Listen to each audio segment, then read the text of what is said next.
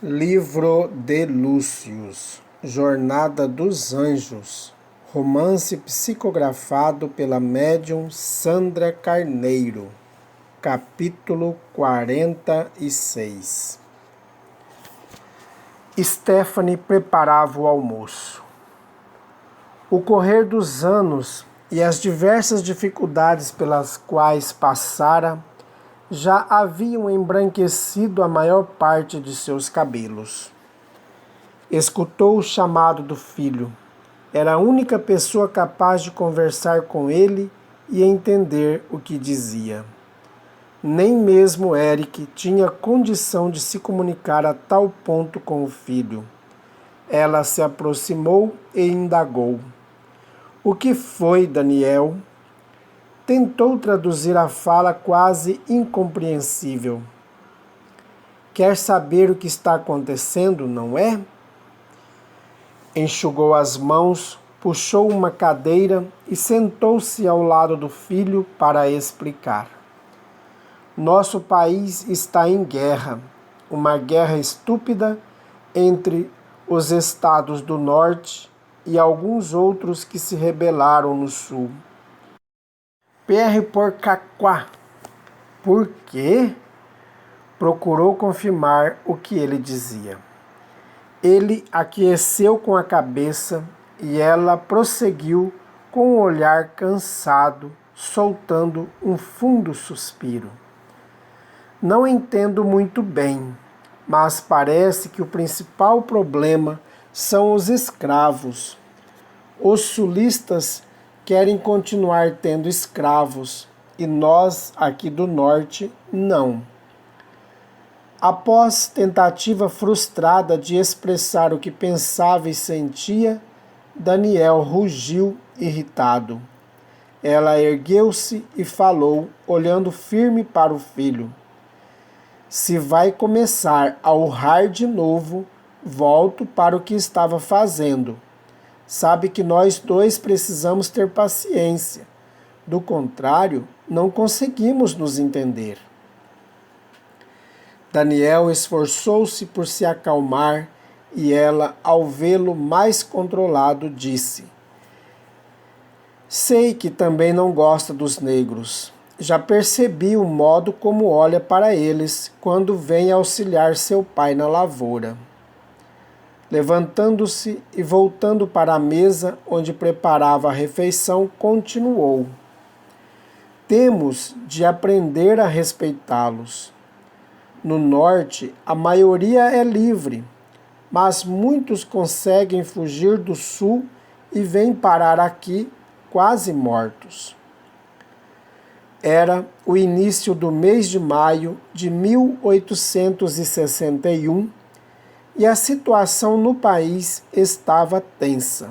Abraham Lincoln acabara de ser eleito presidente do país, o que desagradara sobremaneira os estados do sul, que então se rebelaram e declararam-se desligados da União. Nota: Abraham Lincoln foi o 16º presidente dos Estados Unidos. Liderou o país de forma bem-sucedida durante sua maior crise interna, a Guerra Civil Americana, preservando a União e abolindo a escravidão. Os mais atentos pressentiam que algo estava por acontecer.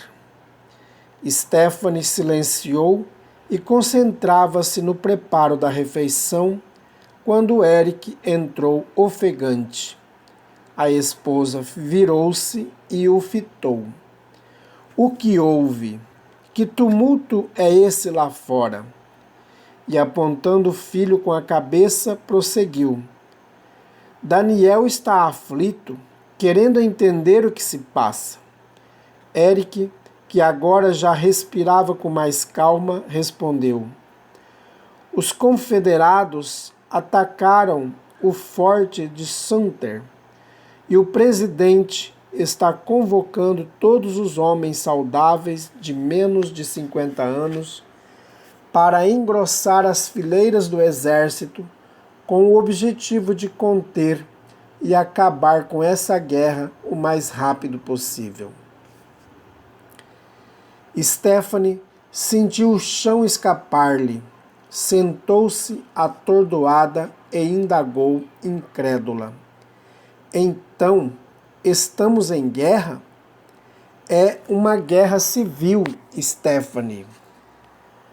Nota: a Guerra Civil ocorreu nos Estados Unidos da América entre 1861 e 1865. Foi o conflito que causou mais mortes de norte-americanos, num total estimado de 970 mil pessoas. Faltou-lhe o fôlego e ela tentou inutilmente manter o controle. Diante do pranto a que se entregou, o marido abraçou-a com força e pediu: precisa ficar firme, meu amor, para poder tranquilizar Daniel. Olhe como já está agitado. Ele depende muito de você para ficar bem. Depois de ligeira pausa, ele aduziu: vamos, confie, logo estarei de volta. E por que você deve ir? Já tem praticamente 50 anos. Tenho 48, o que me coloca dentro da convocação do presidente. Não posso me negar. Outros, até mais velhos do que eu, estão indo em favor da democracia, como diz o presidente. Sentindo forte aperto no peito e tomada de repentino pavor, ela abraçou o marido e pediu veemente: não vá, Eric, por favor. Nós precisamos de você aqui. Eu preciso de você. Não nos deixe, por favor. Eric abraçou a esposa, procurando acalmá-la, quando bateram a porta. Ela agarrou-se ainda mais ao marido e implorou: não abra. Não importa quem seja, não abra. As batidas tornaram-se mais fortes e Eric afastou a esposa com gentileza, abriu a porta para encarar um soldado armado. Senhor, partiremos ao anoitecer. Aqui está o uniforme que deverá usar. Tomando a indumentária das mãos do soldado, ele respondeu: obrigado, estarei pronto antes do anoitecer. O soldado retirou-se e Eric dirigiu-se à esposa. Não há nada que eu possa fazer.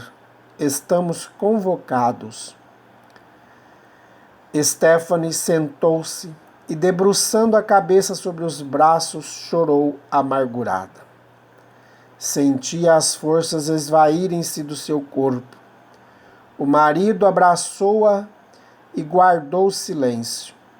Depois ajoelhou-se e, erguendo seu rosto, falou gentil, inspirado por Geórgia. Confio em você na minha ausência.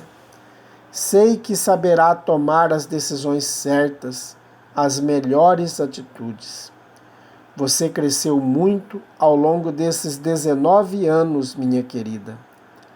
Veja como se transformou em uma esposa, dona de casa e mãe dedicada. Superou dificuldades, preconceitos, medos. Aprendeu a lidar com sua faculdade de ver e falar com os espíritos e tornou-se uma mulher mais madura. Está fazendo excelente trabalho com Daniel. Não foi fácil passar por tudo o que enfrentou. Tem sido assim porque você está comigo. Ela rebateu entre lágrimas. Só com você posso fazer o que tenho feito. Você é minha força, Eric. Sem você, não saberei. Ele colocou o dedo nos lábios da esposa. Não diga isso. Você vai continuar tudo o que está fazendo.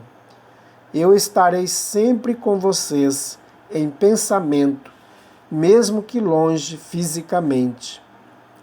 Vamos nos unir em nossas orações e Deus haverá de nos manter ligados. Por favor, Stephanie, prometa que não vai desanimar um dia sequer. Só com essa promessa poderei ir em paz.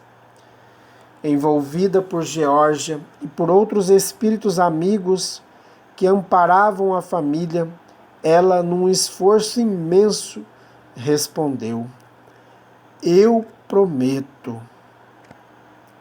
Com um abraço demorado, Eric reafirmou: Somente assim poderei ir em paz.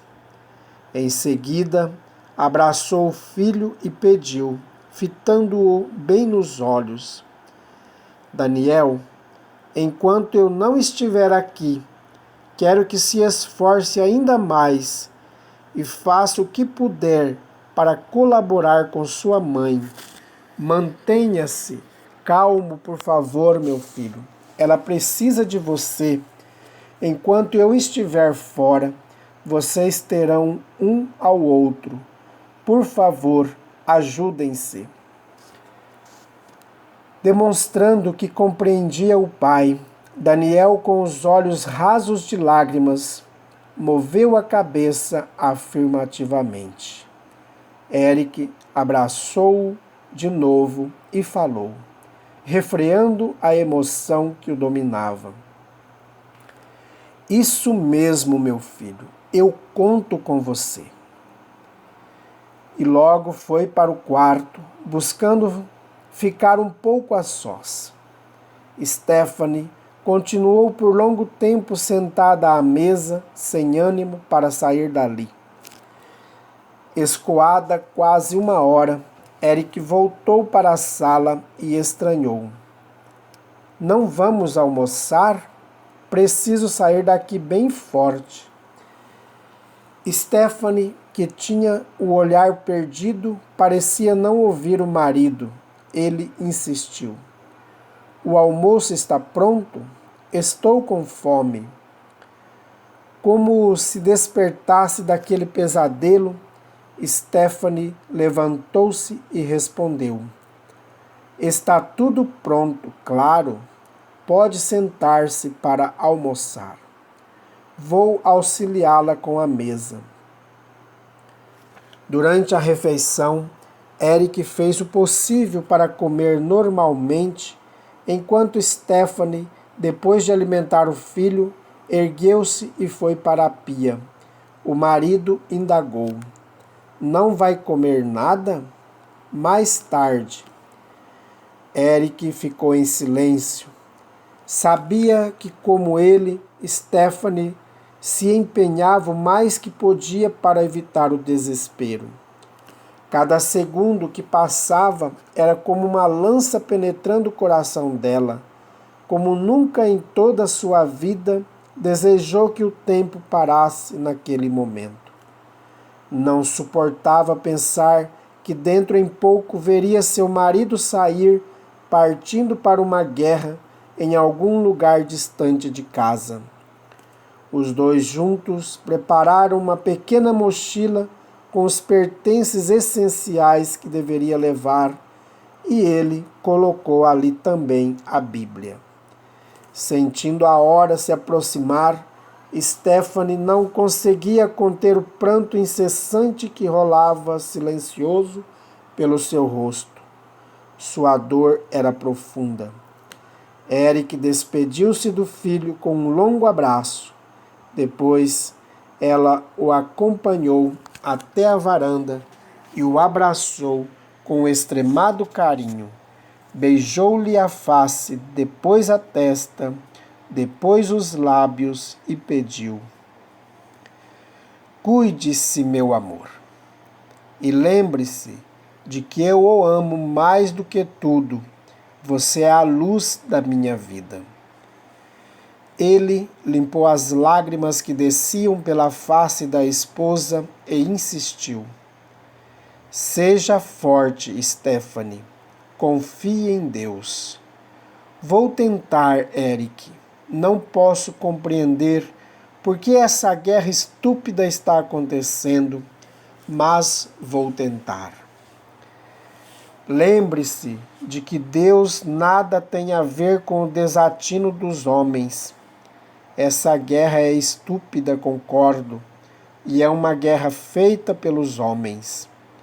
Só que Deus permite. Ele nos deu a liberdade que nos é tão preciosa. Faça bom uso dela, Stephanie. Buscando no íntimo todo o vigor possível, ela afirmou: Eu farei, querido. Eric beijou-a e se despediu.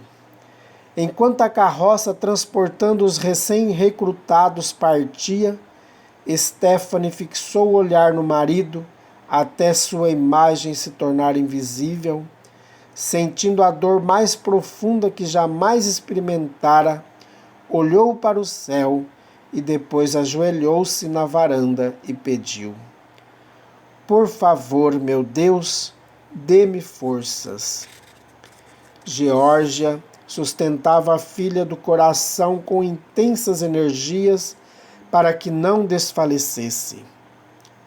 Então, os 6 espíritos amigos e protetores que ali se encontravam uniram as mãos, formando um círculo em torno de Stephanie, e rogaram as bênçãos de Deus para aquela mulher e seu lar. À medida que oravam com fervor, fluidos suaves se derramavam sobre eles e atingiam os centros de força de Stephanie, que aos poucos conseguiu absorvê-los.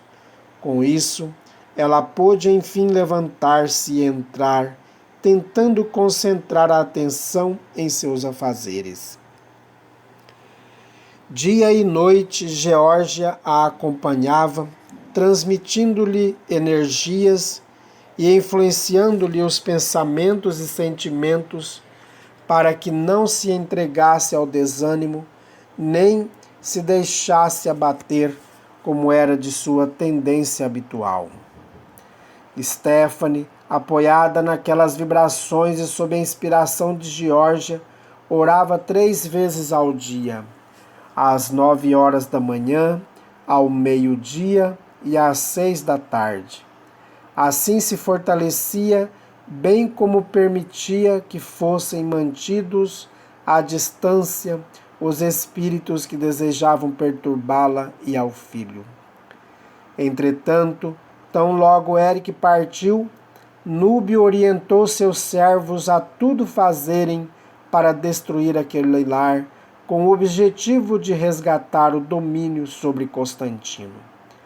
Também eles notavam as sutis transformações que ocorriam com Stephanie.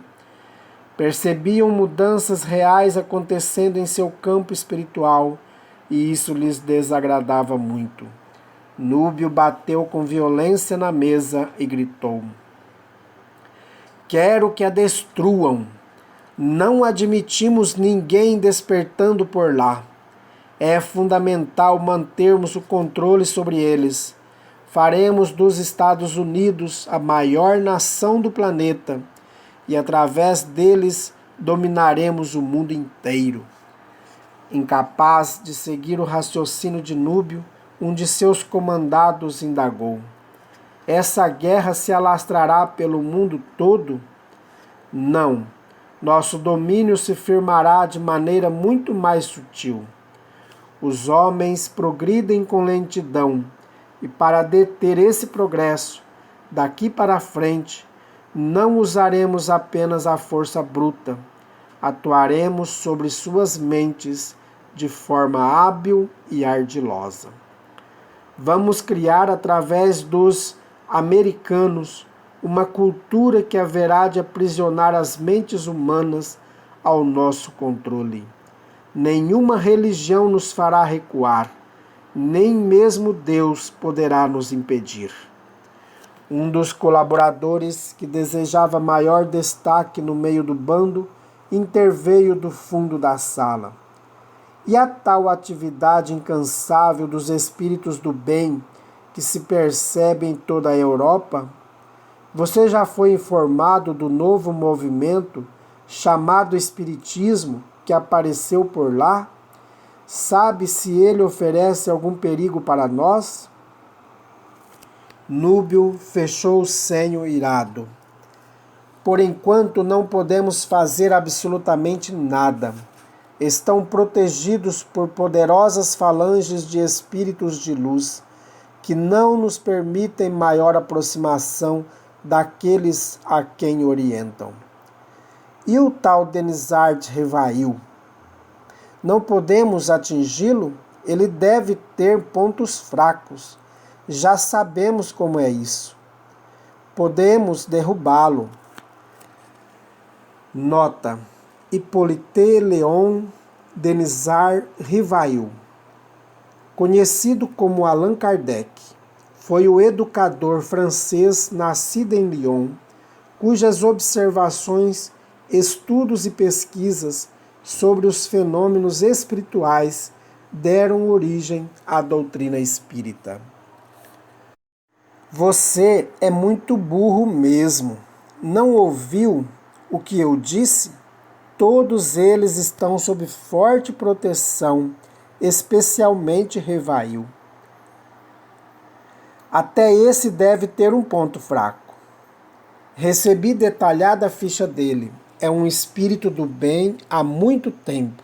Será difícil afetá-lo neste momento. Mas não se preocupem tanto. Nós vamos detê-los logo que nos derem a primeira oportunidade.